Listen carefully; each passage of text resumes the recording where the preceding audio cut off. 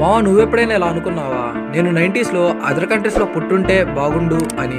ఒకవేళ నువ్వు ఎగ్జాక్ట్ గా 1900s లో పుట్టుంటే ఏమయ్యేదో ఒక్క నిమిషంలో చెప్తా విను. నీకు 14 ఏళ్ళు వచ్చేసరికి ఫస్ట్ వరల్డ్ వార్ స్టార్ట్ అవుతుంది. నీకు 18 ఏళ్ళు వచ్చాక ఈ వార్ ఎండ్ అవుతుంది. ఈ వార్ లో 22 లక్షల మంది ప్రాణాలు కోల్పోతారు. అప్పటికి నువ్వు బ్రతికి బయటపడితే కొన్ని రోజుల్లోనే ప్రపంచ మహమ్మారి అయిన స్పానిష్ ఫ్లూ స్టార్ట్ అవుతుంది. దీని వల్ల 50 లక్షల మంది ప్రజలు ప్రాణాలు కోల్పోతారు. అప్పటికి నువ్వు బ్రతికి బయటపడితే నీకు 20 సంవత్సరాలు వస్తాయి. సరే, ఎలాగోలా బ్రతికేద్దాం అనుకుంటే 29 ఏళ్లకి గ్లోబల్ ఎకనామిక్ క్రైసిస్ స్టార్ట్ అవుతాయి. నేషనల్ స్టాక్ ఎక్స్చేంజ్ దారుణంగా నష్టాల్లోకి వెళ్తుంది. దీని కారణంగా అన్ఎంప్లాయ్మెంట్ పెరిగి ఆకలి కష్టాలు స్టార్ట్ అవుతాయి. అప్పటికి బ్రతికి బయటపడితే నీకు 33 ఏళ్ళు వచ్చేసరికి నిజాములు పవర్ లోకి వస్తారు. నీకు 39 ఏళ్ళు వచ్చాక మళ్ళీ సెకండ్ వరల్డ్ వార్ స్టార్ట్ అవుతుంది. నీకు 45 ఏళ్ళు వచ్చేసరికి ఈ వార్ ఎండ్ అవుతుంది. ఈ వార్ లో కూడా సుమారుగా 60 లక్షల మంది ప్రజలు ప్రాణాలు కోల్పోతారు. అప్పటికి నువ్వు బ్రతికి బయటపడితే నీకు 52 ఏళ్ళు వచ్చాక కొరియన్ వార్ స్టార్ట్ అవుతుంది. అండ్ నీకు 64 ఏళ్ళు వచ్చాక వియత్నాం వార్ స్టార్ట్ అవుతుంది. 75